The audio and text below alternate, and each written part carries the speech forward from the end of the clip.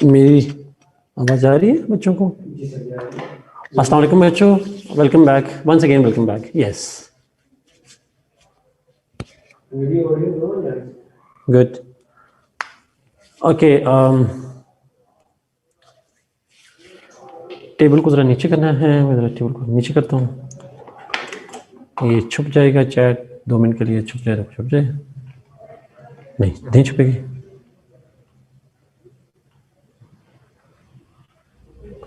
Okay, खाली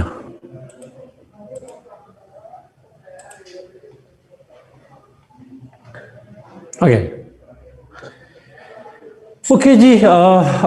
next Pakistan के constitution को भी इधर कर लेते हैं डिस्कस। कोई 20-25-30 मिनट में ये ख़त्म हो जाएगा, फिर उसके बाद हम कुछ और डिस्कशन करेंगे कॉन्स्टिट्यूशन के हवाले से। अच्छा, जब कॉन्स्टिट्यूशन को हम पढ़ रहे हैं तो साथ में जो पाकिस्तान के हवाले से कॉन्स्टिट्यूशन हैं उसमें कंपैरिजन पे सवाल अक्सर आता है। Comparison of the 3 constitutions 1956, 1962 and 1973 constitution of Pakistan. इन तीनों कॉन्स्टिट्यूशंस के कंपैरिजन पे भी सवाल आता है और ये भी हम यहाँ पे डिस्कस कर रहे हैं चार्ट के अंदर, चूँकि मैंने बनाया हुआ है। बुक जिनके पास है उसके अंदर भी है ऑलरेडी। आसमान से कोई शायद टाइपो मिस्टेक हो रही है। अच्छा, तो वो कॉन्स्टिट्यूशन का कंपैरिजन यहाँ पे स्टेबल फॉर्म के अंदर मौजूद है। अच्छा, याद रखिएगा प्लीज़, मेरे ख्याल में इस पे हम बात कर चुके हुए हैं, कोई बात नहीं आसमान। अच्छा, आप लोगों से मैं इस बात पे मेरे ख्याल में हम बात कर चुके हैं कि कंपैरिजन कैसे करना है, लेकिन आज भी आखिरी 15 मिनट में हम बात करेंगे दोबारा कि कॉन्स्टिट्यूशन का कंपैरिजन या इस पे क्वेश्चन कैसे अटेम्प्ट करना है। आखिरी 10-15 मिनट के अंदर मैं दोबारा इस पे बात करूंगा, बट इस तरह टेबल बना के नहीं करना, कैसे करना है वो बाद में आएंगे। But let's start with comparison of the 3 constitutions. पहले कॉन्स्टिट्यूशन पे चलते हैं, 1956 कॉन्स्टिट्यूशन। जो 1956 कॉन्स्टिट्यूशन है उसको ड्राफ्ट जिसने किया था, ड्राफ्ट से मतलब है उसकी जो रिकमेंडेशंस थी, they were actually defined and developed by the second constituent assembly of Pakistan. जो पाकिस्तान की दूसरी कॉन्स्टिट्यूएंट असेंबली है उसने इसको डेवलप किया था, ड्राफ्ट किया था। और इसको ड्राफ्ट करने के बाद, क्योंकि पहली कॉन्स्टिट्यूएंट असेंबली के साथ क्या हुआ था, what happened to the first constituent assembly, अगर आप में से किसी को ने पढ़ा हो या याद हो। डिसॉल्व हुई थी तमीजुद्दीन केस में, तो केस हुआ था 1954 में उसको डिसॉल्व किया था उस वक्त के गवर्नर जनरल गुलाम मोहम्मद ने एग्जैक्टली साथ। तो उसके बाद फिर जो सेकंड कॉन्स्टिट्यूशन थी दैट वाज, अच्छा पहली कॉन्स्टिट्यूशन असेंबली इलेक्टेड थी, तो दूसरी कॉन्स्टिट्यूशन असेंबली जो थी दैट वाज अपॉइंटेड वन, वो अपॉइंटेड असेंबली थी, इलेक्टेड नहीं थी। तो इस अपॉइंटेड असेंबली ने, जिसको अपॉइंट ही सिकंदर मिर्जा ने किया था, उस असेंबली ने, चूंकि सिकंदर मिर्जा गवर्नर जनरल बने थे बाद में, तो उन्होंने ही इसको अपॉइंट किया, उन्होंने ही इस असेंबली के जरिए से ड्राफ्ट करवाया और वो फिर एनफोर्स किया गया। 1962 कॉन्स्टिट्यूशन किसने ड्राफ्ट किया था? It was drafted by the constitution reforms commission, लेकिन उस कमीशन की रिकमेंडेशंस को नहीं माना गया and general Ayub Khan then drafted and brought changes in it by himself. इसीलिए मैंने आपको थोड़ी देर पहले कहा था कि 1962 का जो कॉन्स्टिट्यूशन है, it is called one man constitution, या it is called tailor made constitution का लफ्ज जो है वो इस्तेमाल किया जाता है। 1973 का जो कॉन्स्टिट्यूशन है उसको हम कहते हैं it was drafted bye and approved by the national assembly of Pakistan. Parliament भी आप कह सकते हैं, but national assembly of Pakistan had approved the 1973 constitution. तो ये एक फंडामेंटल है कि किसने बनाए थे ये कॉन्स्टिट्यूशन। अच्छा, दूसरा जो है कंपैरिजन में, अगर हम जाएं नीचे वाले पेज के अंदर, तो जो 1956 का कॉन्स्टिट्यूशन है, इट वाज एनफोर्स्ड ऑन 23 मार्च 1956। 23 मार्च को एनफोर्स हुआ था। जो सेकंड कॉन्स्टिट्यूशन है अयूब खान साहब वाला, वो 8 जून को हुआ था। और जो करंट कॉन्स्टिट्यूशन था दैट वाज अप्रूव्ड ऑन या एनफोर्स्ड ऑन 14 अगस्त 1973। डेट्स याद रखना जरूरी है, 23 मार्च, देन 8 जून एंड देन 14 अगस्त।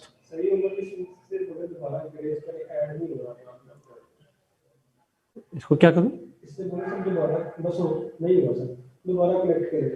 ये कैसे, उसे कैसे कहूँ, उससे तो आवाज ही नहीं जा रही। ये उमर बशीर को नहीं ऐड हो पा रहे हमसे जी। ओके सर, ठीक है। ओके अच्छा, ये ऊपर सवाल है अमेरिका the 73 constitution was approved by the national assembly. Yes it was. Mustafa ने कहा the constitution of 56 was abrogated by Sikandar Mirza. Right. पहला कॉन्स्टिट्यूशन को एब्रोगेट किया था सिकंदर मिर्जा साहब ने, दूसरे कॉन्स्टिट्यूशन को एब्रोगेट किया था जनरल यहिया खान ने, और तीसरे कॉन्स्टिट्यूशन को अभी तक एब्रोगेट नहीं किया गया।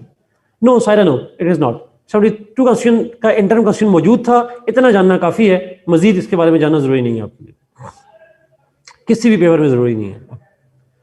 अच्छा नेक्स्ट, तमाम तीनों कॉन्स्टिट्यूशन जो हमारे पास हैं जी, दे आर रिटन कॉन्स्टिट्यूशंस। ये तीनों कॉन्स्टिट्यूशन हमारे पास रिटन कॉन्स्टिट्यूशंस हैं।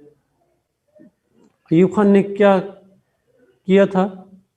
टू कॉन्स्टिट्यूशन, अयूब खान ने कॉन्स्टिट्यूशन के साथ कुछ नहीं किया था, उसने 1962 का कॉन्स्टिट्यूशन बनाया था सिर्फ।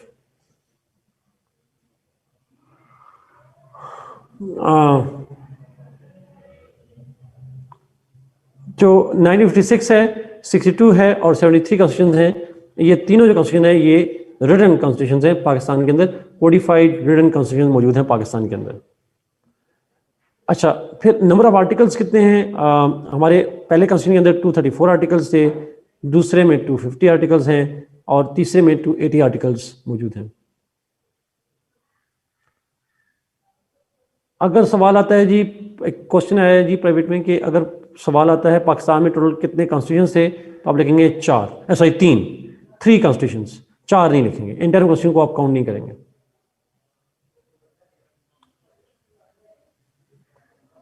पाकिस्तान का 56 constitution was abrogated, 62 was abrogated, लेकिन 73 कॉन्स्टिट्यूशन वाज सस्पेंडेड और held in abeyance twice.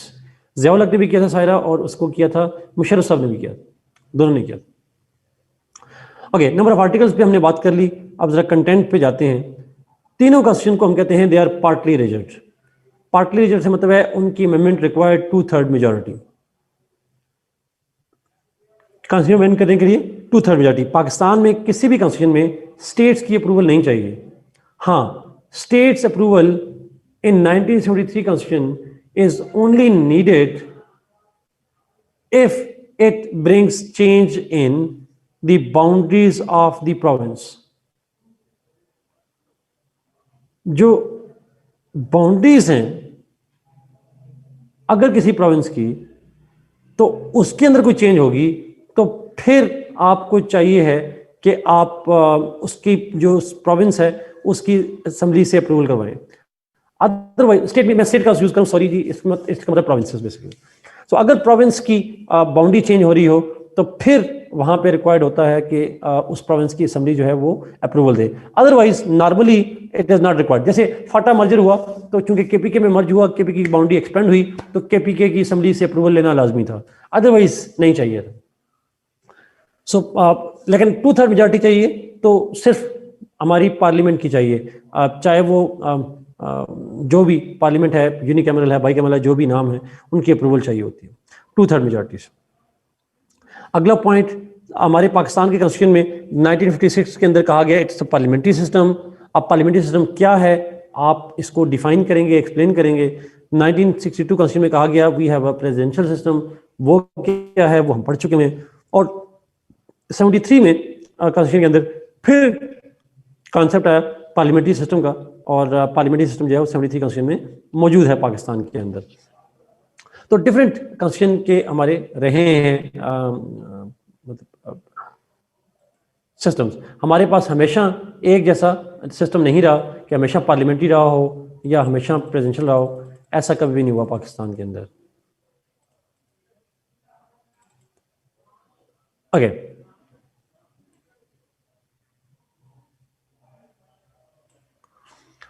Coming to the next point, unicameral. 1956 constitution में Pakistan was declared to be a unicameral legislature.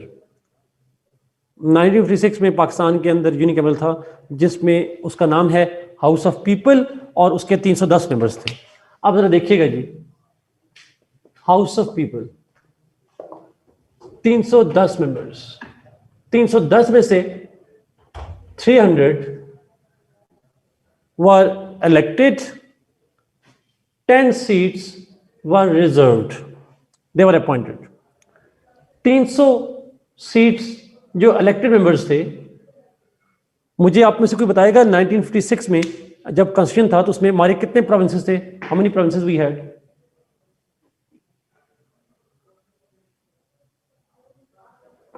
दो प्रोविंसेस जी, एक ईस्ट पाकिस्तान एक वेस्ट पाकिस्तान, दो प्रोविंसेस थे। सो दोनों प्रोविंसेस में से ईस्ट पाकिस्तान से 150, वेस्ट पाकिस्तान से 150, equal seats from both houses. That was there in the 1956 constitution. 10 seats जो रिजर्व थी, इन पे इलेक्शन नहीं थे, इनमें पार्टीज नॉमिनेशन करती थी, and that those 10 seats were always also equally divided 5-5, 5 east Pakistan से 5 वेस्ट पाकिस्तान से इक्वल सीट्स थी खवातीन की भी sort of. Is it clear? Yes, इसको कहते हैं parity formula Hamza, absolutely. Equal seats means parity formula. House of people में 310 टोटल मेंबर्स, 300 इलेक्शंस के नतीजे में 10 अपॉइंटेड सीट्स, रिजर्व सीट्स। 300 जो इलेक्टेड थी उनमें से 150 from east Pakistan, 150 from west Pakistan, 5 from east Pakistan, 5 from west Pakistan. So somehow equal seats from both wings. That's important. So total members बन गए 310. Is it clear?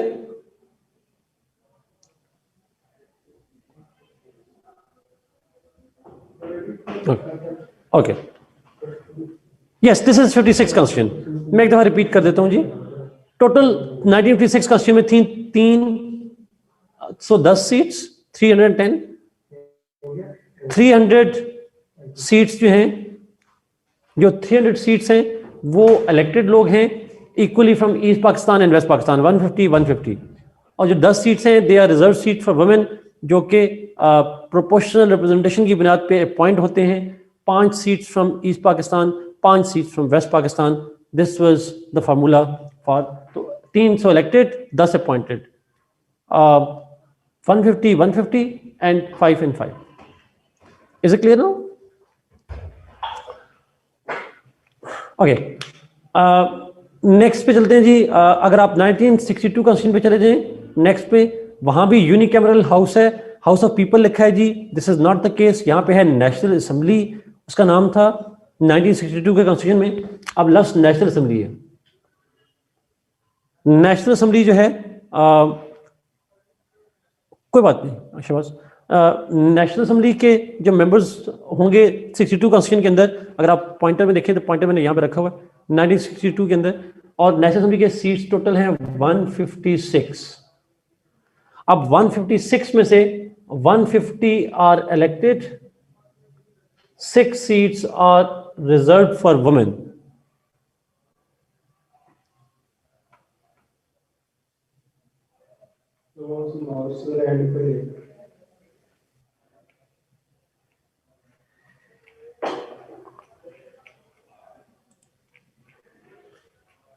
क्यों नहीं पे जा रहा?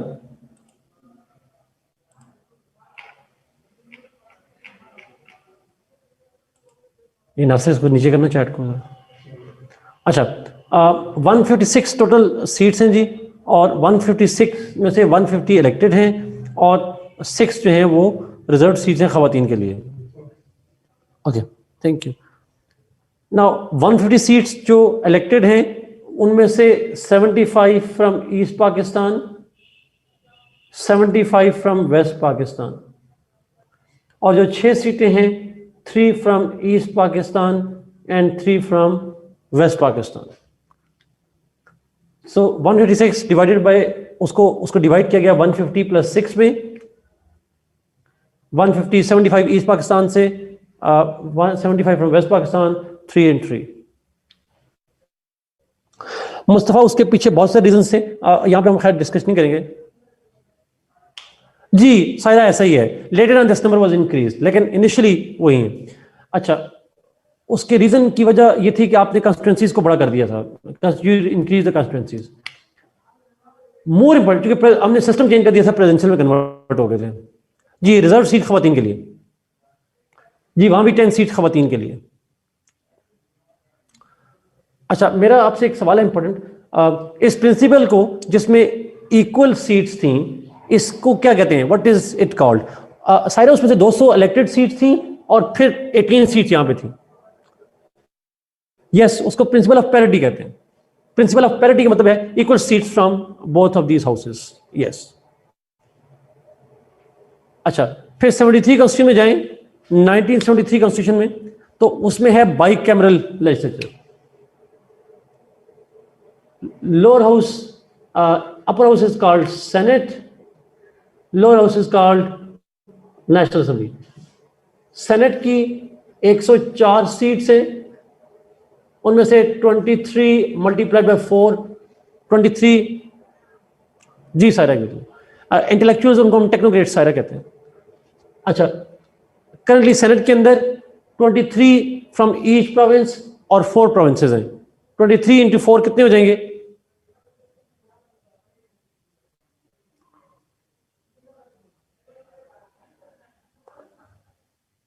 मुस्तफ़ा माशाल्लाह आपने फेल कर लिया जनरल साइंस एबिलिटी। 92 जी, 92 हो जाएंगे, plus 8 seats reserve for Phata, plus 4 seats for Islamabad. National assembly की सीट्स हैं 342। 342 में से 272 are elected, plus 60 seats reserved for women, plus 10 seats reserved for religious minorities. I repeat again, 272 for elected seats, जो आप कहते हैं नेशनल NA1 NA2, तो national assembly के हल्के हैं 272, 60 सीटें खवातीन के लिए, 10 सीटें माइनॉरिटी के लिए। अब ये फाटा मर्जर वाली जो अमेंडमेंट है, जिसको हम 25th अमेंडमेंट कहते हैं या 31st अमेंडमेंट भी कहते हैं, उस अमेंडमेंट के अंदर ये नंबर्स कम हो जाएगा, 6 नंबर्स विल बी रिड्यूस्ड। तो 342 से कम होके 336 हो जाएंगे अगले इलेक्शन में जाकर। यस, याद रहेगी ये बात।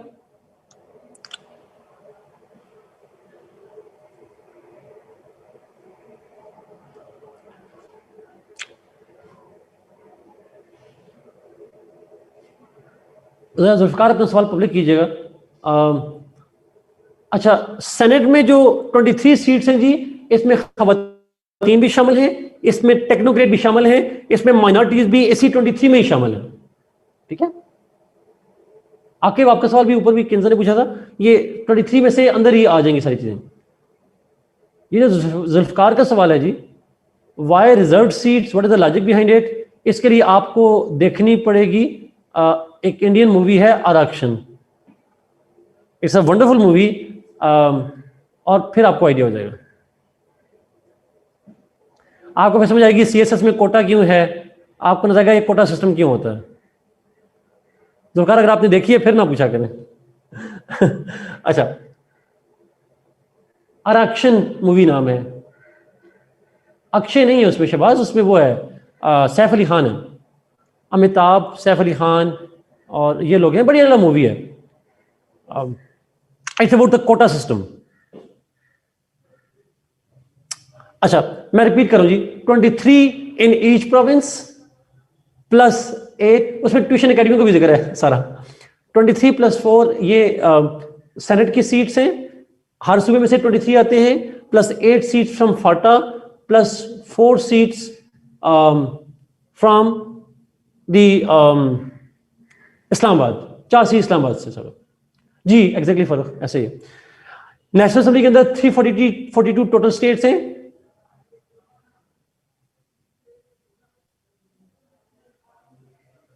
जो है वो टोटल सीट्स हैं, 272 elected, plus 60 reserve seats, plus खवातीन के लिए, plus 10 seats for religious minorities. 342 में से 272 elected, 60 reserve seat for women and 10 seat for religious minorities. GB merger अभी जब असद होगा तो फिर देखेंगे क्या होता है। अभी जीबी का नहीं आ रहा, अभी तक कोई उसका प्लान नहीं है, अगर होगा तो चेंज हो जाएगा।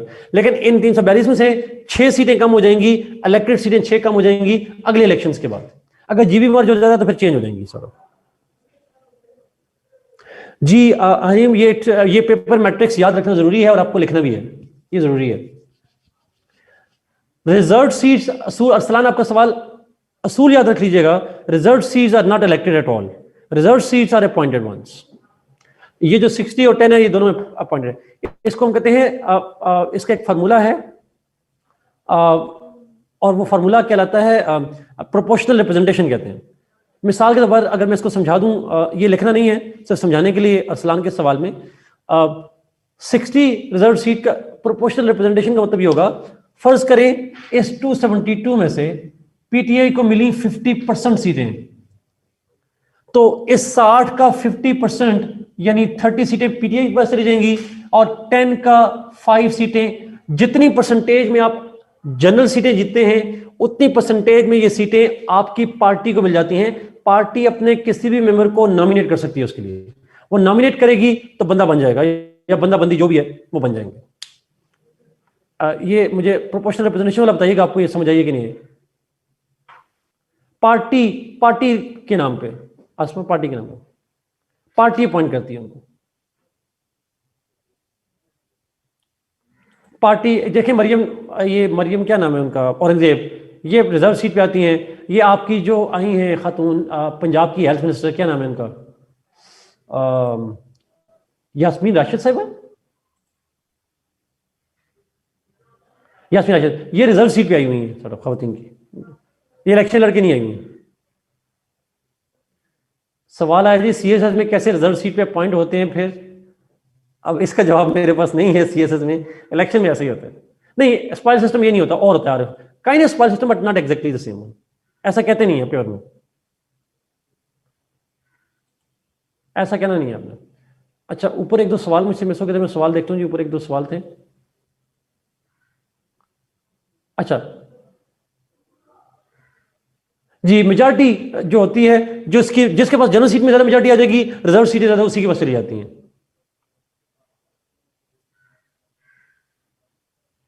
मैं 96 वाले पे दोबारा आता हूँ, yes 6 because of Phata, yes Abdul Rahman, वो फिर अलग कॉम्प्लिकेशन हो जाएगी। लेकिन अब जीबी अगर मर्ज हो जाएगा, तो सीटें बढ़ सकती हैं दोबारा, लेकिन फाटा के मर्जर की वजह से 342 में से कम होकर 336 रह गई हैं।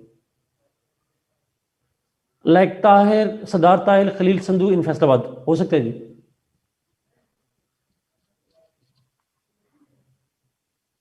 जी, माइनॉरिटी भी इसी तरीके से होते हैं, ट्रू। ओके, अब आगे चलें जी, शुड वी मूव?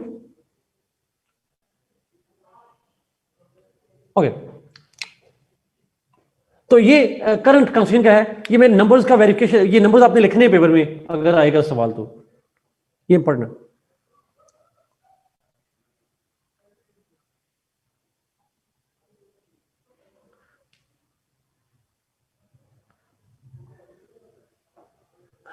अच्छा, सवाल आया जी, लॉजिक क्या है ये 6 सीटें रिड्यूस होने की?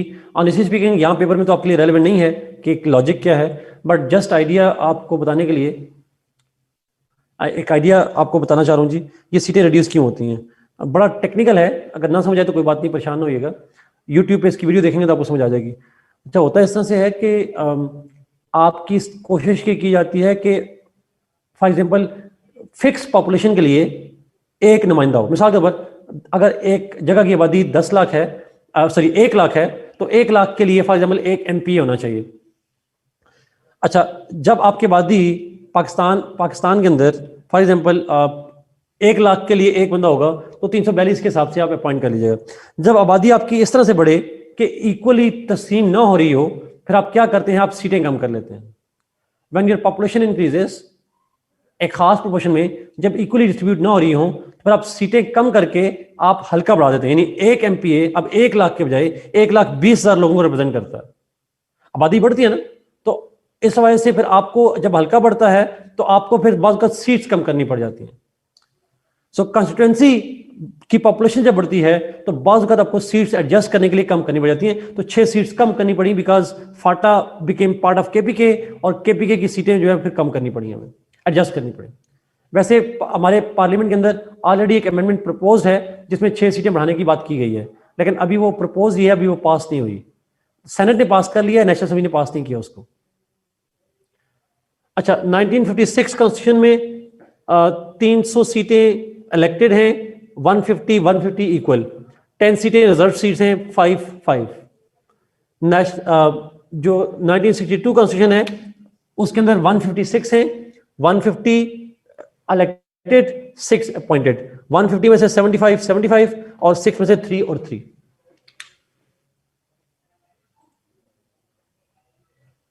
सवाल कैसे है अब्दुर्रहमान? सवाल डायरेक्ट आता है कंपैरिजन का सवाल। सेनेट में last 4 are women are Islamabad, last 4 are from Islamabad. Women seats are from each province, हर प्रोविंस से वुमेन सीट्स उसी 23 के अंदर रिजर्व हो जाती हैं। Is she Rehman both an MNA and senator? Mustafa, even is it even possible कि एक बंदा MNA भी हो सेनेटर भी हो? ये तो पॉसिबल ही नहीं है।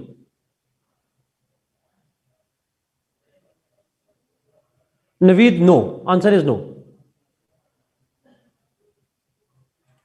सीट बढ़ाएंगे तो आप सीट बढ़ाने के लिए आपको पॉपुलेशन भी तो उस हिसाब से देखनी पड़ेगी। ऐसा ना हो कि आप सीट बढ़ाएं लेकिन सीट पूरी ना आए, आपको पॉपुलेशन की एक जुडिशियल सिस्टम में देखना पड़ता है, जुडिशियली देखना पड़ता है। जी उस्मान, उसामा, ऐसा ही होता है, ऐसा ही होता है जी। सेनेट की 8 सीट भी खत्म हो जाएंगी जब फाटा मर्ज हो जाएगा। मर्ज तो हो चुका, अगले इलेक्शन जो मार्च से होगा उसमें 96 हो जाएंगी सॉर्ट ऑफ।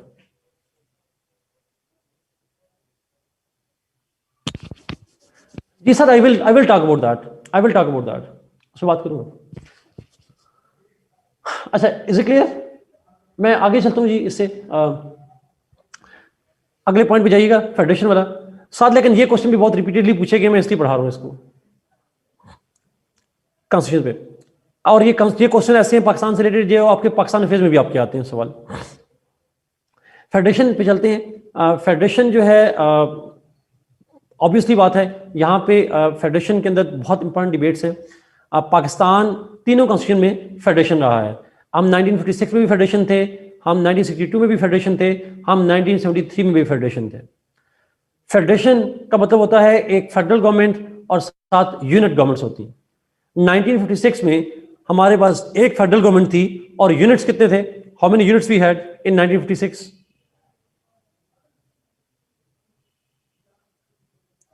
2। 1962 में एक फेडरल सरकार 2 थे। 1 यूनिट का मतलब होता है west Pakistan as 1 unit, east Pakistan भी यूनिट था, तो टोटल 2 बन जाते हैं यूनिट। 1 यूनिट का मतलब पूरा मुल्क 1 यूनिट नहीं है, इसका मतलब सिर्फ वेस्ट पाकिस्तान एक यूनिट है। अच्छा, आगे चलते हैं। 1962 में we had a federal government and how many provinces?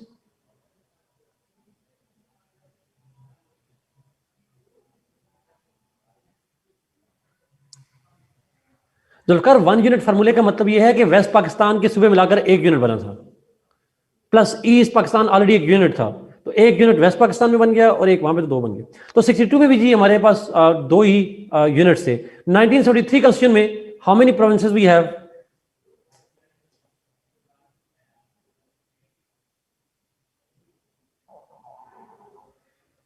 4 provinces हैं जी currently. There are 4 provinces.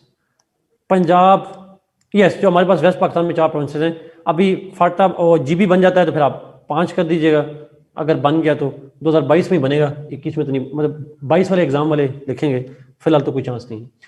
Anyway, next चलते हैं। बलूचिस्तान कब ऐड हुआ था कुर्तरैन? इट वाज एडेड इन 1970 में उसको ऐड किया गया। अलीम शाह, अब डिपेंड करता है जो भी लफ्ज कॉन्स्टिट्यूशन इस्तेमाल करेगा आप उसको उस हिसाब से लिखेंगे, अभी तक तो नहीं। अच्छा, जब फेडरेशन होती है तो लिस्ट सिस्टम भी होते हैं। कितनी लिस्ट होती है? यूजुअली 3 लिस्ट होती है, मैंने लिखा हुआ यहां पे। 3 लिस्ट के नाम किसी को आते हैं? फेडरल लिस्ट, प्रोविंशियल लिस्ट और concurrent list. Yes,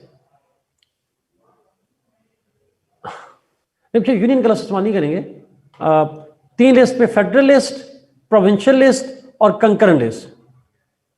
yes sir, आप चूंकि पाकिस्तान में यूनिट का लफ्ज इस्तेमाल नहीं करेंगे, वो साइंस में यूनिट का लफ्ज इस्तेमाल करते हैं, लेकिन पाकिस्तान में जब जाएंगे तो आप उसको प्रोविंशियल लिस्ट कह देंगे। तो federal list, provincial list and concurrent list.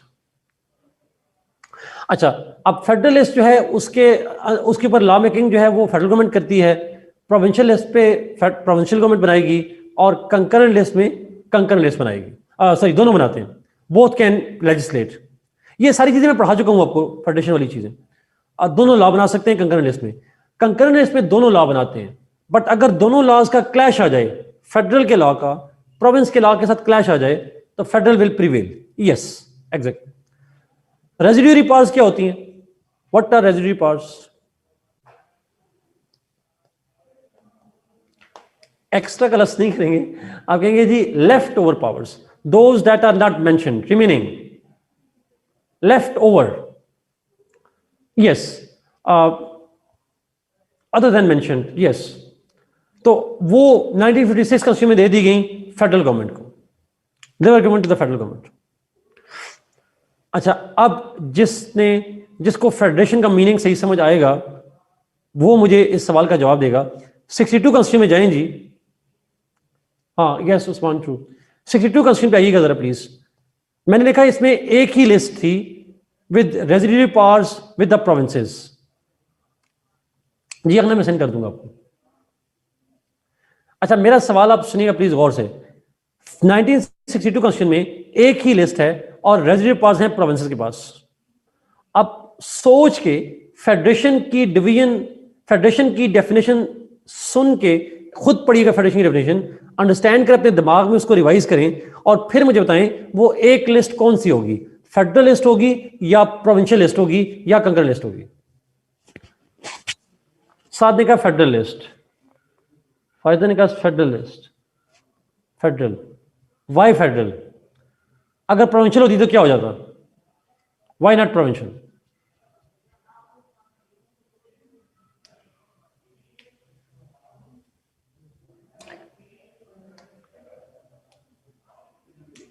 Residue with provinces साथ, लेकिन अगर वो एक लिस्ट भी प्रोविंस को दे दी जाती तो क्या फर्क पड़ना था? जमशेद ने कहा वो कन्फेडरेशन हो जाते। दैट्स ट्रू जमशेद, बिल्कुल ठीक कहा आपने। जी फेडरल ना था, मैं जमशेद कन्फेडरेशन नहीं कहूंगा उसको, मैं इसको और तरह से कहता हूं। सुनिएगा प्लीज। एक लफ्ज आपने बोलना था सिर्फ, आप सरों ने, किसी ने वो लफ्ज नहीं बोला। अगर एक लिस्ट भी प्रोविंस को दे दी जाती, एक लिस्ट प्रोविंस को दे दी जाती, तो पाकिस्तान एज अ स्टेट रहता ही ना, we would not even be a state. अच्छा, मैं आपसे एक्सप्लेन करता हूं। फेडरेशन वो क्या कहते हैं, वो टाइप ऑफ स्टेट है जिसके अंदर पावर्स फेडरल गवर्नमेंट में और प्रोविंसेस में डिस्ट्रीब्यूट होती हैं। यानी कुछ पावर फेडरल के पास, कुछ प्रोविंसेस के पास। कभी ज्यादा पावर फेडरल के पास, कभी ज्यादा पावर प्रोविंसेस के पास, बट डिस्ट्रीब्यूट हो जाती हैं। लेकिन अगर हम यहां पे रेजिड्यूरी पावर प्रोविंस को दे दें और लिस्ट में पावर भी प्रोविंस को दे दें, तो फेडरल गवर्नमेंट के पास क्या बचेगा? What will be left with the federal government? Zero. अगर वो जीरो है, एक नेशनल गवर्नमेंट ही ना हो, तो इसका मतलब हर प्रोविंस एक इंडिपेंडेंट स्टेट है।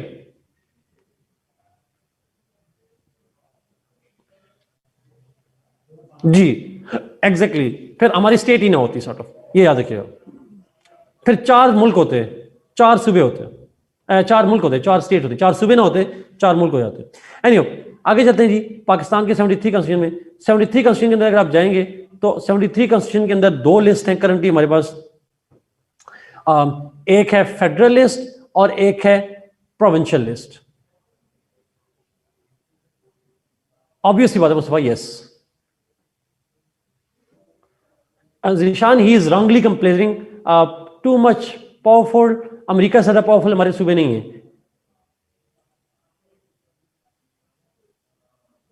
यस, 2 लिस्ट है, federal list and provincial list की, और जो रेजिड्यूरी पावर्स हैं वो प्रोविंसेस के पास है। कंकरेंट लिस्ट थी बट 18th अमेंडमेंट में एबॉलिश कर दी गई यहां पे। तो ये आप बेसिकली लिखेंगे, हमारा फेडरल स्ट्रक्चर जो है इसकी आप बात करेंगे। नेक्स्ट पॉइंट है फंडामेंटल राइट्स। फंडामेंटल राइट्स को हम डिफाइन कर चुके हैं। These are rights that are inseparable part of the people, they are inalienable rights, जो कि हमेशा लोगों के पास होते हैं। Fundamental rights are usually protected by the constitution. अच्छा जी, सवाल है कि ये लिस्ट क्या होती है। फेडरेशन वाले लेक्चर में हमने पढ़ा था कि कॉन्स्टिट्यूशन पावर्स तकसीम करता है between the federal government and provinces. तो जो कौन सी पावर फेडरल के पास होगी, कौन सी प्रोविंस के पास होगी, ये लिख दिया जाता है। तो जब लिखा जाता है तो एक लिस्ट की फॉर्म में लिखा जाता है। फेडरल गवर्नमेंट की पावर जिस लिस्ट में लिखी जाती हैं उसको फेडरल लिस्ट कहा जाता है। जब जिस लिस्ट में प्रोविंस की पावर लिखी जाती है उस लिस्ट को प्रोविंशियल लिस्ट कहा जाता है।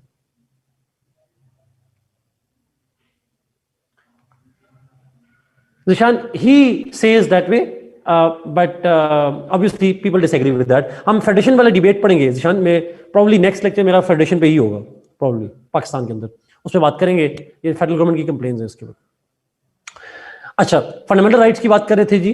फंडामेंटल राइट्स क्या होते हैं? They are inalienable rights. ये वो राइट्स हैं जो हमारे पास होने, हर इंसान का हिस्सा होते हैं। They stay with it and they are usually constitutionally guaranteed. Pakistan के तीनों कॉन्स्टिट्यूशन में these rights have been mentioned in the constitution. तो हम कहते हैं पाकिस्तान के अंदर fundamental rights are constitutionally protected. 1956 constitution में भी थे, 62 में भी थे और 73 में भी थे। नोबल आर्टिकल 8 to 28, यस मुस्तफा ने कहा 8 से लेकर 28 तक। कुछ राइट्स जैसे आप लिखना चाहें तो आप लिख सकते हैं, जैसे राइट टू, करंट 73 कॉन्स्टिट्यूशन में राइट टू लाइफ है, राइट टू ओन प्रॉपर्टी है, फ्रीडम ऑफ एक्सप्रेशन है, राइट टू एजुकेशन है, राइट टू इंफॉर्मेशन है। डिफरेंट राइट्स हैं, प्रॉपर्टी के, लिबर्टी के, एक्सप्रेशन के, रिलीजन के, ये डिफरेंट राइट्स जो हैं वो मौजूद हैं थोड़ा। तो डिफरेंट राइट्स आप उसको कोट करेंगे। एक चीज आप लाजमी याद रखिएगा, ट्रेवल का लफ्ज नहीं आके उसमें मूवमेंट का लफ्ज है। They remain same in all three Mustafa? No, some were common, जैसे लाइफ का, लिबर्टी का, फ्रीडम ऑफ एक्सप्रेशन का, रिलीजन का कॉमन है, लेकिन कुछ राइट्स जो मैंने अभी बताए वो 73 कॉन्स्टिट्यूशन में ऐड किए गए। जैसे राइट टू एजुकेशन जो है वो 1973 कॉन्स्टिट्यूशन में ऐड किया गया, और राइट टू इंफॉर्मेशन भी 1973 कॉन्स्टिट्यूशन में ऐड किया गया। इंटरम में क्या होता है? इंटरम तो हमने करना ही नहीं है डिस्कस। अच्छा, अब फंडामेंटल राइट्स का आखिरी पॉइंट बड़ा important, these rights are subject to courts scrutiny. यानी if you are denied those rights you can challenge it in court of law. अगर आपका राइट जो हमने जिक्र किया अभी, कोई दूसरा इंसान या गवर्नमेंट का कोई इदारा, if anybody violets these rights you can challenge it in the court of law. Court of law में पाकिस्तान में ये चैलेंज कर सकते हैं। इसीलिए हम फंडामेंटल राइट्स को कहते हैं they are justiciable. Justiciable means you can challenge their violation in the court of law. आपको कोई चलने फिरने से रोक रहा है, आपको कोई डिटेन कर रहा है, आपकी प्रॉपर्टी छीन रहा है, आपकी जान को खतरा कर रहा है, आप उसके खिलाफ कोर्ट ऑफ लॉ में जा सकते हैं। तो it's called justiciable, you can demand justice on that. अब मसला ये है, कॉन्स्टिट्यूशनल लॉ में फंडामेंटल राइट्स पे 20 नंबर का सवाल भी आ जाता है, तो उसमें आप जाने, आपके काम जाने। पॉलिटिकल साइंस में हम इसको शॉर्ट ही रखेंगे, इतनी बात करेंगे। Independence of judiciary, let's start with independence of judiciary. Independence of judiciary का कॉन्सेप्ट हम पढ़ चुके हैं, मेरे ख्याल में मैं इसको रिपीट नहीं करूंगा, जुडिशरी वाले लेक्चर में हमने पढ़ा था उसको। तो पाकिस्तान के तीनों कॉन्स्टिट्यूशन में ये प्रोविजंस हैं जी, that judiciary shall be free and independent, independence of judiciary shall be ensured. ये तीनों कॉन्स्टिट्यूशंस के अंदर लिखी हुई है बात। I don't want to repeat that, I hope आप उसको कर पाएंगे। आई मीन वो हमने पहले से पढ़ा हुआ है।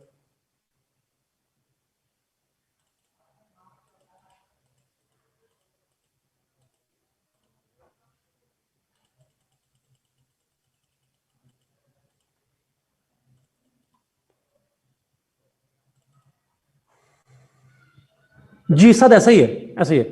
दे पॉलिटिकल साइंस कॉन्स्टिट्यूशनल लॉ किसी हद तक एक दूसरे को कम्प्लीमेंट करते हैं, फिर कॉन्स्टिट्यूशनल लॉ में सिर्फ डेप्थ ज्यादा है। एक देखिए, एक छोटा सा पॉइंट हम फंडामेंटल राइट्स का यहाँ पे एक पैराग्राफ लिखेंगे और उसमें 20 नंबर का सवाल आपने कॉन्स्टिट्यूशनल लॉ में लिखना होता है, दैट्स इट।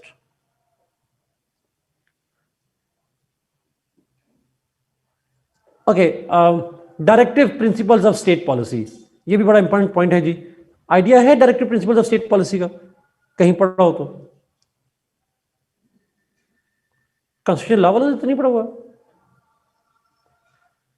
कॉन्स्टिट्यूशन लॉ में तो आता है सवाल 20 नंबर का, इंडिया में खासकर। अच्छा, directive principles of state policy का मतलब ये है, ये जरा सुनिएगा प्लीज, नाम जरा लफ्जी मतलब देखिएगा, directive principles of state policy. जी शरियार, एग्जैक्टली ये डायरेक्टिव प्रिंसिपल्स क्या होते हैं? They are actually the guiding principles of the state's domestic and foreign policy. These are the guiding principles for states domestic and foreign policy. एक state की domestic, एक state की foreign policy कैसी होनी चाहिए, उसके बारे में कॉन्स्टिट्यूशन प्रोवाइड्स द गाइडलाइंस। उनको हम कहते हैं directive principles of state policy. Pakistan में शरियारे ऊपर लिखा है आर्टिकल 29 से लेकर 40 तक हैं, 29 से शुरू होते हैं 40 तक हैं, मुझे इसका कंफर्म नहीं है, but let's trust Shahriar on that. Article 29 से आर्टिकल 40। नाउ ये मैं मिसाल देता हूं छोटी सी, पाकिस्तान में क्या लिखे हुए हैं, तीनों में कॉमन लिखे हुए हैं। फॉर एग्जांपल लिखा हुआ है कि जी state shall create an environment in which people can live their life according to Islam. For example people, state shall make policies, state shall create environment in which people can live their life according to Islam। अब उसका interpretation आप खुद कर सकते हैं जैसी भी हो। उसमें लिखा है कि जी state shall ensure that there is equality in Pakistan. तो ये इस तरह की पॉलिसी। फॉरेन पॉलिसी में चले जाएं तो उसमें लिखा हुआ है the state will ensure the friendly relations with the neighbours and brotherly relation with the Muslim states. मुसलमान मुल्कों के साथ अच्छे ताल्लुकात रखेंगे, ब्रदराना ताल्लुकात रखेंगे और बाकियों के साथ दोस्ताना ताल्लुकात रखेंगे। अच्छा, अब ये सारी चीजें लिखी होती हैं इसके अंदर।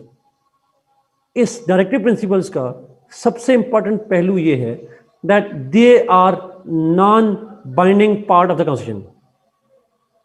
उस्मान, इसलिए मैंने जुमला बोल दिया, ये क्लियरली लिखा गया है they are not binding part of the constitution. इन पे अमल करे स्टेट तो ठीक, ना करे तो नहीं ठीक, बात खत्म।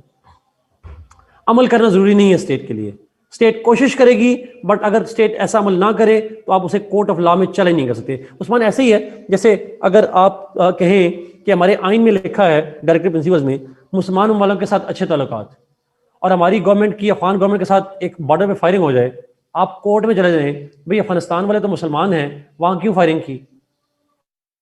आइन में तो लिखा हुआ है कि मुसलमानों के साथ अच्छे ताल्लुकात होंगे, तो आप कोर्ट में जाके चैलेंज नहीं कर सकते इस बात को। आप ये कहें सऊदी अरब को नाराज क्यों कर दिया, कोर्ट ऑफ लॉ में जाके चैलेंज नहीं कर सकते चैलेंज, क्योंकि आपके आइन में अगर बेशक लिखा हुआ है बट आप उसको चैलेंज नहीं कर सकते कोर्ट में। So these are more like preachings, these are more like guidelines, but not the enforceable part of the constitution. Yes, suggestions can. Is it clear जी? अच्छा, ये इंडिया में भी है। अच्छा, ये इंडिया में भी है। Okay, let's go to the next part. अच्छा, 56 और 73 में तो नहीं है, बट 62 कॉन्स्टिट्यूशन के अंदर एक कॉन्सेप्ट है BD system, basic democracy system. अच्छा, बीडी सिस्टम क्या है? This is basically a local government system. ये यहां बोर्ड पे देखिएगा जी, बीडी सिस्टम एक लोकल गवर्नमेंट सिस्टम है which consisted of 80,000 members। Basic democracy local government system है जिसके 80,000 मेंबर्स होंगे। 80,000 में से 40,000 from east Pakistan, 40,000 from west Pakistan. 40,000 east Pakistan से, 40,000 वेस्ट पाकिस्तान की। Some of them are elected, some are them are officials.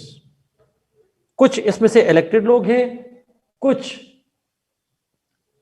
जो है वो अपॉइंटेड है। जी, ये सिर्फ 1962 कॉन्स्टिट्यूशन में लिखा हुआ है चार्ट में। मैं फिर रिपीट करूं, 80,000 टोटल मेंबर्स है बीडी मेंबर्स का, 40,000 ईस्ट पाकिस्तान से, 40,000 वेस्ट पाकिस्तान के। Some of them are elected, some of them are appointed. ये नंबर बाद में अमेंडमेंट करके बढ़ा के 1,20,000 कर दिया गया था, फिर 60 हो गए थे। 80,000 से बढ़ा के कितने कर दिए गए? 120,000, 60 again elected appointed mix members. इसका काम क्या है? BD members perform 3 functions. 62 constitution में उनको 3 काम दिए गए। 1 to elect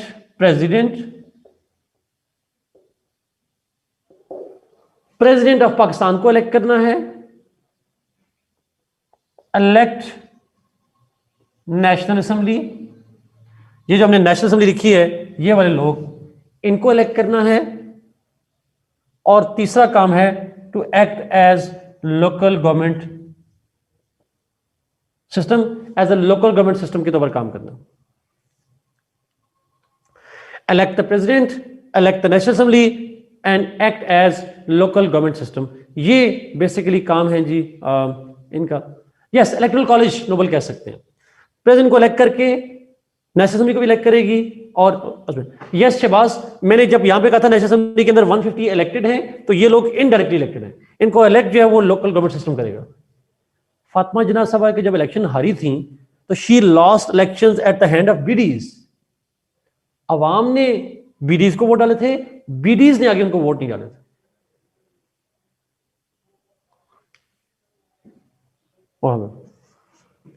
so electing president, ये बेसिकली 3 फंक्शन है जी लोकल गवर्नमेंट सिस्टम के वहां पे, जो कि करंटली नहीं है। 56 में भी नहीं था, 73 में भी नहीं था, ये सिर्फ 62 कॉन्स्टिट्यूशन के अंदर ऐड किया गया। जी शहबाज, बूट्स तो खैर मैंने भी पहने पर मैं लाइक नहीं करता। अच्छा, इज इट क्लियर जी? इस पर कोई सवाल तो नहीं?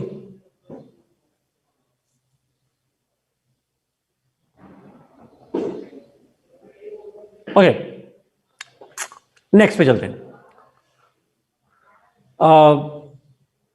ये ले, मैं साइड पे हो गया जी, तस्वीर ले लें। आफ्टर अमेंडमेंट 80,000 से बढ़ा के 120,000, 1,20,000 कर दिए गए। ओके, नेक्स्ट पॉइंट पे जी 56 और 62 क्वेश्चन में ये प्रोविजन नहीं है, बट 73 क्वेश्चन में आर्टिकल 6 वाज एडेड जी, जिसके अंदर जो कॉन्स्टिट्यूशन को एब्रोगेट करेगा, जो सस्पेंड करेगा, that person shall be guilty of high treason. Article 6 add कर दिया गया, जिसके अंदर कहा गया कि अब इस कॉन्स्टिट्यूशन को एब्रोगेट नहीं किया जा सकता, सस्पेंड नहीं किया जा सकता। अगर कोई ऐसा करेगा तो that person shall be guilty of high treason, संगीन गद्दारी का मुर्तकिब होगा। That's what was added into that constitution, article 6। ये 56 में भी नहीं था, 62 में भी नहीं था, इसीलिए वो आइन नहीं रहे, वो खत्म कर दिए गए। अब 73 कॉन्स्टिट्यूशन के अंदर ऐसा नहीं कर सकते आप। अच्छा, पहले लफ्ज में सिर्फ एब्रोगेशन था, लेकिन अब लफ्ज सस्पेंडेड भी ऐड किया गया 18th अमेंडमेंट के अंदर।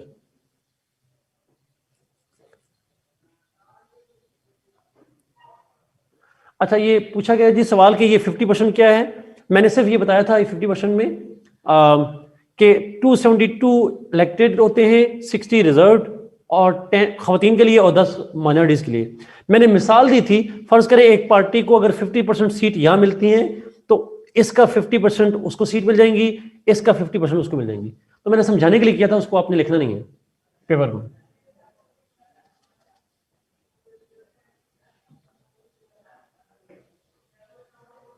It was manipulated by 8th Amendment? No, it was not. शुरू से ही ऐसा था। अच्छा, सेकंड लास्ट पॉइंट जी। अच्छा, वैसे हाई ट्रीजन का तो गिल्टी होगा।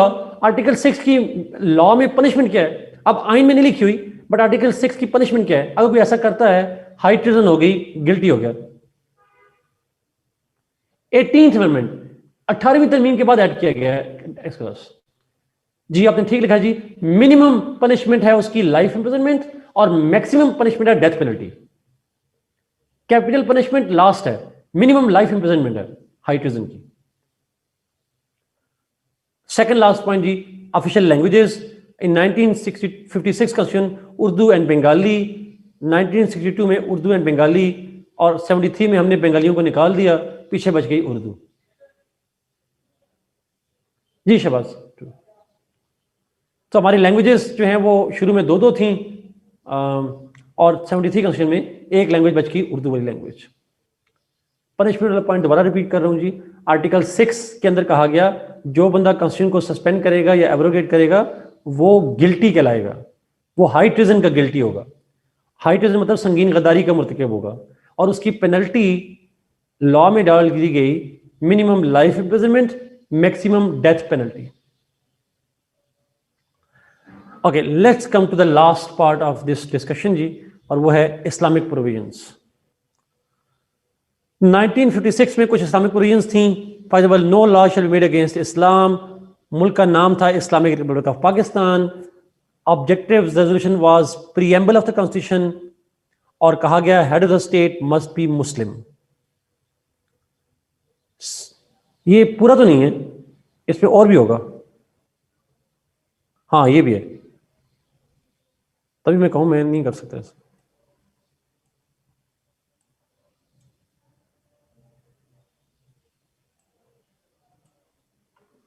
आई डोंट नो क्यों नहीं हो रहा जी छोटा, बट अगर मैं इसको करने की कोशिश करूं तो शायद हो जाए। हाँ अब हो गया पूरा, मैंने उसे बड़ा कर दिया। नोप शहबाज, नोप, बिल्कुल भी नहीं, नहीं नहीं नहीं, बिल्कुल भी नहीं। अच्छा आऊंगा इसके ऊपर। 19 head of the state must be Muslim, और एक लफ्ज ऐड किया गया, और वो था वो लफ्ज ऐड किया गया establishment of commission for Islamic recommendations. एक कमीशन बनाया जाएगा जो कि इस्लामिक लॉज के हवाले से रिकमेंडेशन देगा। इस्लामिक लॉज के हवाले से रिकमेंडेशन देने के लिए एक कमीशन बनाया गया था 1956 कॉन्स्टिट्यूशन के अंदर। 62 कॉन्स्टिट्यूशन में जाएंगे, again no law against Islam, Islamic republic of Pakistan. अब यहां पे शहबाज आप वाला पॉइंट आएगा। इस 62 कॉन्स्टिट्यूशन में ओरिजिनली जब कॉन्स्टिट्यूशन का पहला ड्राफ्ट अप्रूव किया गया, उसके अंदर लफ्ज था पाकिस्तान का जो नाम होगा that shall be Republic of Pakistan. फिर प्रोटेस्ट हुए थे और गवर्नमेंट ने कहा था गलती से हो गया, और उन्होंने नाम ऐड कर दिया इस्लामिक रिपब्लिक ऑफ पाकिस्तान। नहीं सायरा, मैं इसको करेक्ट करता हूं अभी आपको। ये जो पॉइंट आप उठा रहे हैं कोई और पॉइंट है, मैं इस पे आ रहा हूं इसको। अच्छा, 62 कॉन्स्टिट्यूशन में ओरिजिनल ड्राफ्ट में लफ्ज रिपब्लिक ऑफ पाकिस्तान था, लेकिन फिर अमेंडमेंट की गई और कहा गया जी क्लरिकल मिस्टेक है, और नाम चेंज करके Islamic republic of Pakistan add किया गया। ये एक डेवलपमेंट हुई थी 62 के अंदर जाकर। दूसरी डेवलपमेंट भी है, वो अभी 73 में आके बताता हूं। अच्छा, फिर 62 कॉन्स्टिट्यूशन में एक और बात भी की गई, एडिशनल पॉइंट, वो था advisory council of Islamic ideology. वो जो पहले कमीशन का लफ्ज था, उसी कमीशन की जगह पे advisory council of Islamic ideology बनेगी, जो अगेन एडवाइस करेगी रिगार्डिंग इस्लामिक लॉज। 73 कॉन्स्टिट्यूशन में इस्लामिक प्रोविजंस क्या थी? यहां पे जो चीज आप बात कर रहे हैं वो चीजें हैं जी। एक, no law shall be made against Islam, Islamic republic of Pakistan मुल्क का नाम रखा गया। ऑब्जेक्टिव रेजोल्यूशन, अब 73 में प्रीएम्बल नहीं है, 73 में objective resolution has been made part of the constitution. अब ये आइन का लाजमी हिस्सा है। अच्छा, ऑब्जेक्टिव रेजोल्यूशन का इस्लामिक प्रोविजन से क्या लिंक है? क्योंकि हमारी सॉवरेनिटी अल्लाह के पास है, ये बात ऑब्जेक्टिव रेजोल्यूशन में लिखी हुई है। Sovereignty belongs to Allah, it is written in the objective resolution. अब जो आइन का हिस्सा है, पहले दोनों कॉन्स्टिट्यूशन में ये आइन का हिस्सा नहीं था। एक चीज। Next, head of the state और हेड ऑफ द गवर्नमेंट दोनों का मुसलमान होना जरूरी है 73 कॉन्स्टिट्यूशन में। और फिर हमारी बन गई CII, council of Islamic ideology. तीनों में इदारों का नाम डिफरेंट था, पहले में कमीशन, दूसरे में एडवाइजरी काउंसिल, इसमें भी इस्लामिक आइडियोलॉजिकल काउंसिल। जी, it was more made more Islamic Shahbaz. और फिर आर्टिकल 62 और 63 ऐड किए गए। आर्टिकल 62-63 में कहा गया मेंबर ऑफ पार्लियामेंट बनने के लिए सादिक अमीन होना जरूरी है, प्रैक्टिसिंग मुसलमान होना जरूरी है। CCI नहीं नोबल, CII, council of Islamic ideology. हम इस्लामिक प्रोविजंस पढ़ रहे हैं, council of Islamic ideology CII। CII, CII फिर कहूँगा ये बना, CCI और चीज है। अच्छा, अब जो बात आप करें शहबाज और जो सायरा कर रही थी बात, उसको जरा प्लीज यहां नोट कीजिएगा। 73 कॉन्स्टिट्यूशन में आखिरी पॉइंट है और सबसे इंपॉर्टेंट पॉइंट है, प्लीज गौर से सुनिएगा। 73 कॉन्स्टिट्यूशन में, जी सद ऐसा ही है, ऐसा ही है, जरा प्लीज मेरा पॉइंट गौर से सुनिएगा। 73 कॉन्स्टिट्यूशन में पहली दफा for the first time Pakistan official religion was defined. 56 में स्टेट रिलीजन नहीं था, 62 कॉन्स्टिट्यूशन में स्टेट रिलीजन नहीं था, 73 कॉन्स्टिट्यूशन में पहली दफा कहा गया पाकिस्तान की जो स्टेट है उसका ऑफिशियल रिलीजन इस्लाम होगा। Islam shall be the official religion of Pakistan, ये चीज पहली दफा 73 में ऐड की गई। ठीक है, नाम मुल्क का जो था वो हमेशा से इस्लामिक रिपब्लिक ही रहा सॉर्ट ऑफ। आखिरी प्रोविजन, लास्ट प्रोविजन, 73 कॉन्स्टिट्यूशन में न सिर्फ इस्लाम को रिलीजन कहा गया स्टेट, बल्कि अगला काम किया गया, the Islam, the definition of Muslim was added in 73 constitution. मुसलमान कौन होता है इसकी डेफिनेशन ऐड की गई 73 कॉन्स्टिट्यूशन में। और अमेंडमेंट कौन सी थी? आर्टिकल 2 में इसके अंदर अमेंडमेंट की गई, मेरे में पहली अमेंडमेंट थी, फर्स्ट अमेंडमेंट थी, yes I guess first amendment मेरे ख्याल में यही थी या सेकंड थी, पहली दो में से कोई एक अमेंडमेंट है जी, मैं शायद मिक्स कर रहा हूँ। एक बांग्लादेश को रिकॉग्नाइज करने पर थी, एक इस पे थी नॉन मुस्लिम्स की करने से, सेकंड अमेंडमेंट है। Okay, thank you for correcting me. Second constitutional amendment जो थी that was about defining Muslim and therefore declaring Ahmadis as non Muslims. ये बेसिकली सारी डिस्कशन है जी। This is all about the constitution of Pakistan. Pakistan के constitution पे कोई सवाल है पूछें, फिर मैंने आखिरी 15 मिनट हैं उसमें 5 मिनट लेने हैं कुछ टर्म्स को इंट्रोड्यूस करवाने में, और फिर 10 मिनट में पेपर अटेम्प्ट बताना है आपको। Any question on Pakistan 3 constitutions? Paper में सवाल कैसे आता है? कंपैरिजन बता चुका हूं।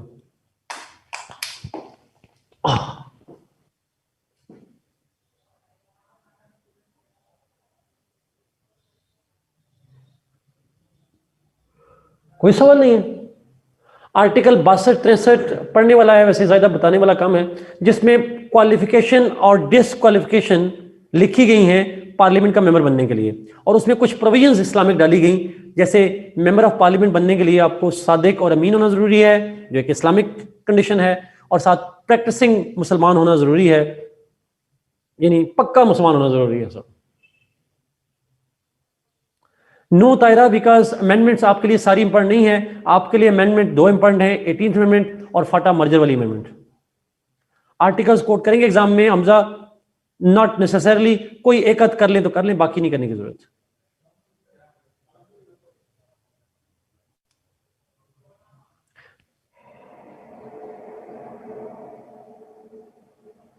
पाकिस्तान नेम वाज 56 कॉन्स्टिट्यूशन में हमारा नाम था Islamic republic of Pakistan, 62 constitution में शुरू में नाम था रिपब्लिक ऑफ पाकिस्तान, बाद में नाम चेंज किया गया Islamic republic of Pakistan.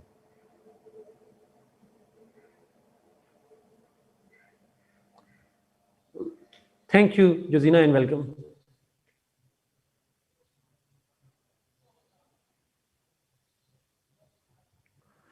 Okay जी, आरिफ मैंने ये नहीं कहा 2 लिस्ट नहीं हो सकती, मैंने ये नहीं कहा था 2 लिस्ट हो सकती थी, लेकिन जो एक लिस्ट थी आरिफ वो मैंने कहा, मैंने ये कभी नहीं कहा कि 2 लिस्ट नहीं हो सकती, 2 लिस्ट हो सकती हैं, बट एक ही लिस्ट थी, और एक लिस्ट मैंने कहा था प्रोविंशियल लिस्ट नहीं हो सकती, बिकॉज रेजिडरी पावर जो थी वो ऑलरेडी प्रोविंसेस के पास थी, ये मैंने कहा। सवाल है जी, ऑब्जेक्टिव रेजोल्यूशन में 56-62 में नहीं ऐड, 1956 कॉन्स्टिट्यूशन और 1962 कॉन्स्टिट्यूशन में ऑब्जेक्टिव रेजोल्यूशन जो है वो उसके प्रीएम्बल का हिस्सा है, कॉन्स्टिट्यूशन का एनफोर्सेबल पार्ट नहीं था, वो उस कॉन्स्टिट्यूशन के अंदर बाइंडिंग पार्ट नहीं था वो। 73 कॉन्स्टिट्यूशन में उसको बाइंडिंग पार्ट ऐड किया गया।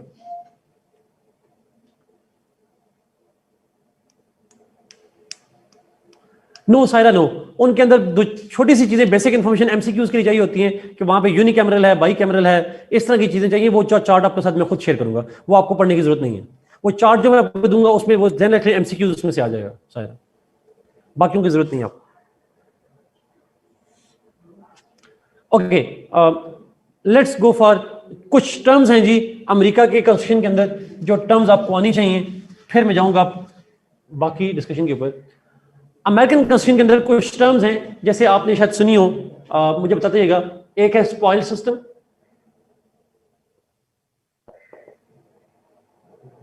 एक है सेनिटोरियल कर्टेसी,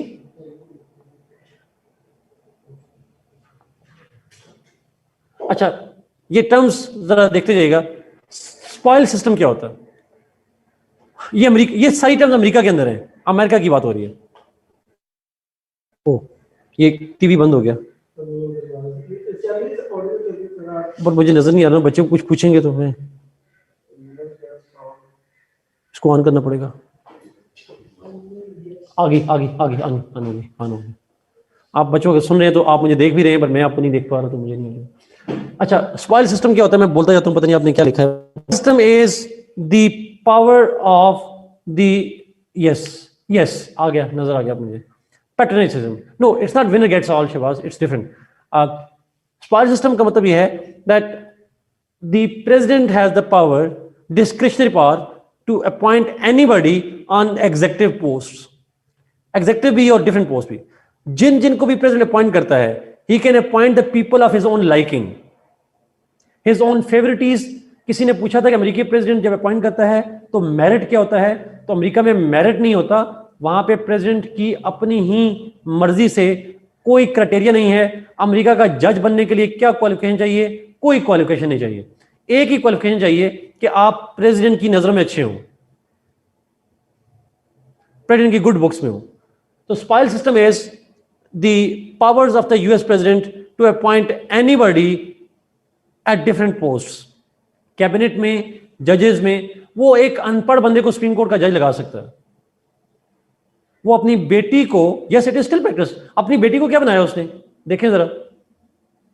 सन इन लॉ तो मेरा बाद में आता है ना, पहले अपनी बेटी को उठाकर बना दिया और फिर कह रहा था कि मैंने अपनी बेटी को बनाना है यूएन के अंदर एम्बेसडर बनाना है, सॉरी वर्ल्ड बैंक का चीफ बनाना था। यस ट्रू साइड, ये बेसिकली होता है। नहीं साथ कहां एबॉलिश हुआ है? अभी देखें उसने सुप्रीम कोर्ट की अपनी बंदी को, एमी को बनाकर सुप्रीम कोर्ट का जज बना दिया, अभी उठाकर देखें कहां एबॉलिश हुआ। ऐसा बनाया ना उसने। आपको पता है रेक्स टिलरसन जो था ट्रंप का जो पहला, no no not at all, Trump ने अपनी बेटी को बनाया हुआ। अब आप और उसके मुझसे और क्या मिसाल मांग रहे हैं साथ? अपने बिजनेस पार्टनर रेक्स टिलरसन को उठाकर सेक्रेटरी ऑफ स्टेट लगा दिया, बिजनेस पार्टनर था उसका, उसको उठाकर लगा दिया। तो यहां पे अपनी मर्जी से लगा देते हैं। एग्जैक्टली हम जज भी रिटायर नहीं होते। अच्छा सेंटोरियल कर्टेसी, इसका आइडिया है? सेंटोरियल कर्टेसी अमेरिका में ऑलमोस्ट जी शुरू से जी जो ना ट्रंप जाएगा तो आके बाइडेन ने सारी अपॉइंटमेंट नहीं कर देनी है सारी। हाँ अप्रूवल कंफर्मेशन चाहिए होती है जरा, आप ठीक करें, मैं बिल्कुल नहीं देखना चाहता। अच्छा सेंटोरियल कर्टेसी क्या होती है? कर्टेसी मैं बताता हूं जी। कर्टेसी का मतलब पता है? आई अज्यूम पता ही होगा, ना करें मेरा कर्टेसी का नहीं मतलब पता। कर्टेसी क्या होती है? कर्टेसी कर्टेसी होती है, मेहमान नवाजी का लफ्ज तो नहीं कहेंगे। कर्टेसी मुरवत को कहते हैं, मेहरबानी नहीं, मुरवत का लफ्ज ज्यादा मुनासिब हो जाएगा इसके लिए। अच्छा सेंटोरियल कर्टेसी होता यह है अमेरिका में, आम तौर पर यह होता है कि आम तौर पर यह होता है कि अमेरिका में अगर किसी स्टेट, 50 स्टेट्स हैं उनकी, किसी एक स्टेट से कुछ बंदों की अपॉइंटमेंट होनी हो, लेट्स सपोज कैलिफोर्निया से एक बंदे को एम्बेसडर लगाया जा रहा है, कैलिफोर्निया का सिटीजन है, उसे एम्बेसडर लगाया जा रहा है किसी मुल्क में, पाकिस्तान में लगाया जा रहा है। अब कैलिफोर्निया के कितने सेनेटर्स होंगे सेनेट में?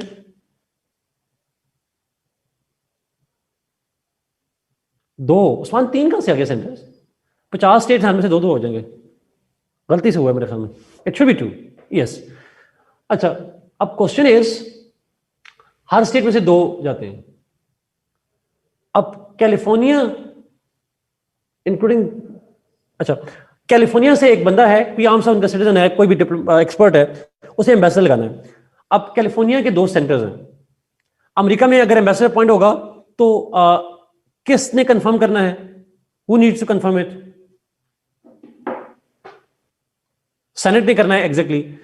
अब सेनेट के 100 मेंबर्स जब बैठते हैं तो कैलिफोर्निया के 2 सेंटर के हैं कि इस बंदे को हम जानते हैं and we approve this person, तो वहां रवायत यह है, कन्वेंशन यह है कि बाकी सेनेटर्स उसे अप्रूव कर देते हैं, दे अप्रूव इट। समझ आई बात? If the senators from where the person belongs, if they approve it, the rest of the Senate approves. अब मेरा सवाल आपसे एक और ही है, अब अमेरिकी प्रेसिडेंट ने डिप्लोमेट को अपॉइंट करना है, उसे पूरी सेनेट को कन्विंस करना चाहिए या जिस स्टेट से है वो उस स्टेट से उन 2 सेनेटर्स को कन्विंस करना चाहिए?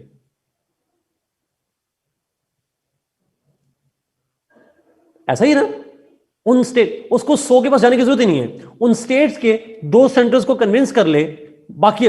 तो अमेरिका ने ट्रंप को ट्रंप कह रहा हूं, यूएस प्रेसिडेंट कर्टसी में अपॉइंटमेंट से पहले उन 2 सेनेटर्स को कंसल्ट करता है, बिकॉज उसे पता है कि उन 2 सेनेटर्स ने अपोज कर लिया, सेनेट सारा रिजेक्ट कर देगा, तो उन सेनेटर्स को कर्टसी में कंसल्ट करता है president before appointment, because he knows if they approve it the rest of the senate will also approve it, if they reject it तो सेनेट से अप्रूवल मुश्किल हो जाएगी, नामुमकिन तो नहीं होगी, मुश्किल हो जाएगी। इसको हम कहते हैं senatorial courtesy. Is it clear? Next,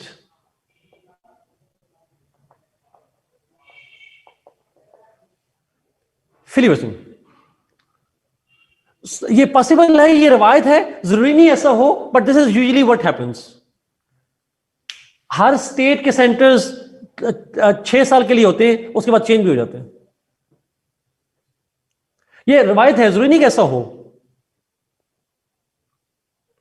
in simple word, the president as a courtesy consults the 2 centers from where his appointee belongs. The president consults the 2 centers from the state from where the appointee belongs. उसको हम कहते हैं सेंटोरियल courtesy. फिलिबस्टरिंग सुना हुआ? फिलिबस्टरिंग ये American history वालों ने पढ़ा होगा फिलिबस्टरिंग का।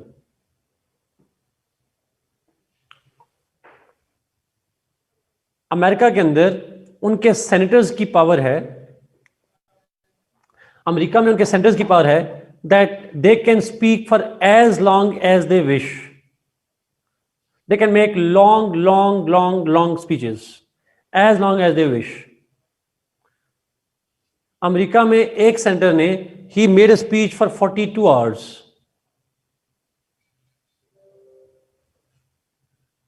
42 आवर्स। मैं अगर गलत नहीं हूं, आप गूगल से वेरीफाई कर लीजिएगा, but I guess around 42 hours.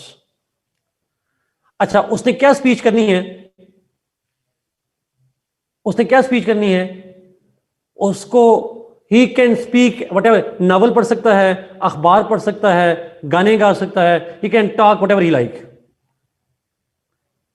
नहीं, दरम्यान में खाना भी खाते हैं शमायूं, ऐसा नहीं है कि खाना नहीं खाते, बट ब्रेक जो होती है वो होती है, but he can speak for as long. इस फ्रीडम को कहते हैं फिलिबस्टरिंग फॉर सेनेटर्स ओनली। ये आपने कल पढ़ना है, आपने कल पढ़ के बताना है कि ऐसा क्यों करता है। Okay, but they have this right to. यही कह रहा हूं, ये आपने पढ़ के बताना है तैमूर के क्यों करता है। मैं इसी आप पे छोड़ रहा हूं, थोड़ा सा काम दे रहा हूं आगे। No, not entertainment obviously. अगला पॉइंट, जेरीमेंडरिंग। ये स्पेलिंग आप देख लीजिएगा, यही है कि नहीं है।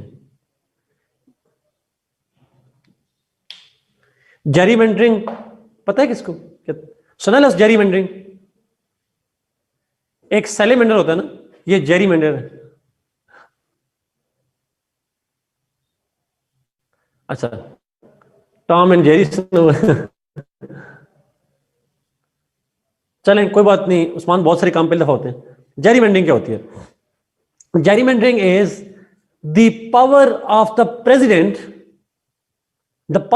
president, to decide about electoral districts in a way to suit his own party.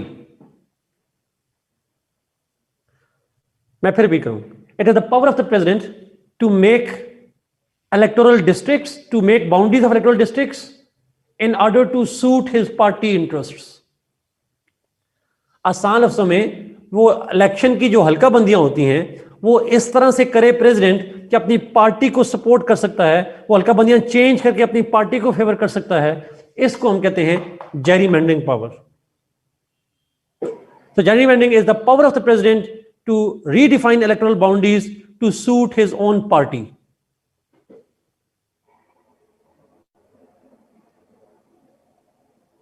Is it clear?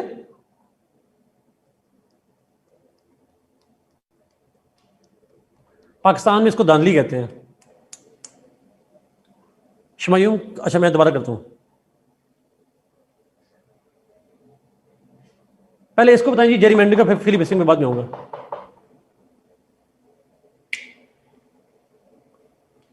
Is it clear और नॉट? शमायूम ने कहा क्लियर नहीं है, बाकियों को क्लियर हुआ है कि नहीं हो रहा? जेरीमेंडरिंग का नहीं हुआ। दोबारा, हल्का बंदियां पता है किसे कहते हैं? हल्का बंदियां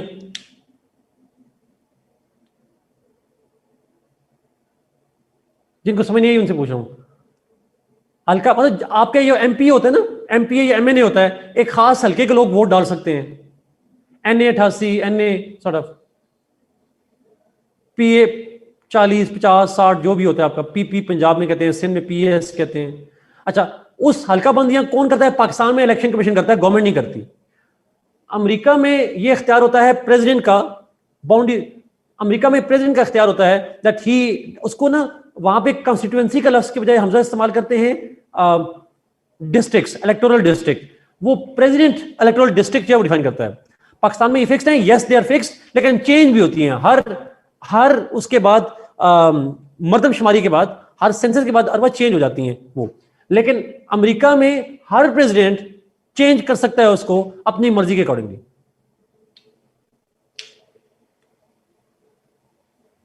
जी Hamza, exactly that's the point. आखिरी सबसे मजे की चीज, और वो है आपने शायद एक टर्म सुनी हो, एक बड़ी इंटरेस्टिंग टर्म है। अब मुझे वो टर्म भूल गई है, एक मिनट ठहरिए, मुझे सोचने दीजिएगा। एक टर्म है जी, वो टर्म में रिपीट करने लगा हूं। हाँ, डेजिग्नेटेड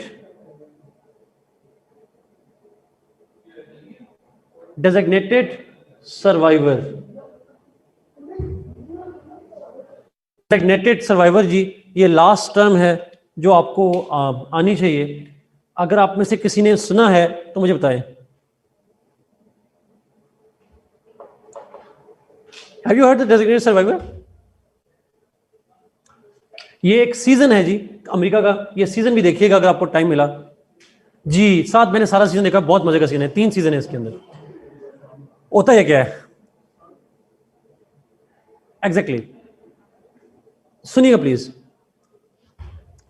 होता ये है अमेरिका में, जब अमेरिकी president joint sitting of Congress से स्पीच करता है, when he makes a speech with the joint sitting of the Congress, तो उस स्पीच को सुनने के लिए स्पीकर भी बैठा होता है, सेनेट को जो प्रिजाइड करता है वाइस प्रेसिडेंट वो भी बैठा होता है, प्रेसिडेंट भी होता है, उसके अंदर तमाम कैबिनेट भी बैठी होती है।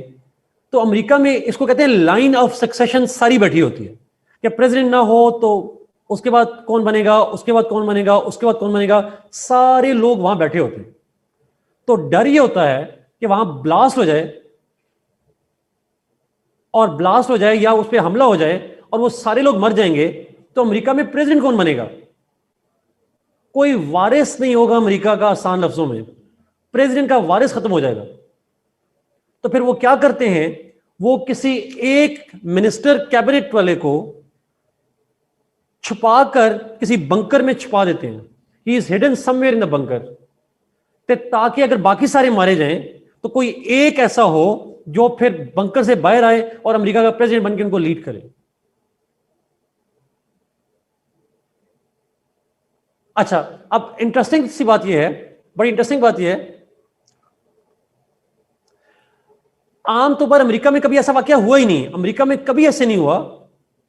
There are a lot of bunkers उधर उस्मान, अमेरिका में कभी ऐसा हुआ नहीं है। बट इसीलिए वो क्या करते हैं, अमेरिकी प्रेसिडेंट जिस बंदे को सबसे नापसंद करता हो उसे छोड़ के आ जाता है। जैसे आपको घर वाले नहीं कहते किसी जगह शॉपिंग करने जाना हो तो आपके तुमने जाके क्या करना है, ये तुम घर में ही रहो। जो घर में सबसे आपको जिसको घर में छोड़ के जाते हैं ना, वो घर में सबसे नापसंदीदा आदमी होता है। ये अक्सर होता है। तो आरिफ मैं भी ऐसा ही हूं, तो इसलिए मैंने कहा आपको सर। तो अमेरिका में उसी को प्रेसिडेंट छोड़ के जाता है कि तुमने आगे क्या सुन के करना है, तुम घर बैठो जाके, उसे छुपा के रखते हैं। That's called designated survival. Anyway जी, ये ट्रेडिशन है, रवायत है उनके यहाँ। हमजा आई अंडरस्टैंड दैट जी। I will end over here. इसको इंशाल्लाह नेक्स्ट क्लास के अंदर मैं शुरू करूंगा पेपर के हवाले से, और फिर मजीद बात करेंगे। ये टर्म्स के मीनिंग आपको आने चाहिए, एमसीक्यूज में आते हैं। मरियम मैं नेक्स्ट क्लास में शुरू करूंगा, अभी बच्चों की क्लास है, नेक्स्ट क्लास में रिपीट करूंगा इसको। God bless you, be safe. Next class में हम शुरू करेंगे जी, थोड़ा सा टर्किश मिलिट्री की बात करेंगे और थोड़ी सी बात करेंगे फ्रेंच जुडिशरी की, और फिर हम जाएंगे पाकिस्तान की फेडरेशन के ऊपर। Thank you so much, God bless you.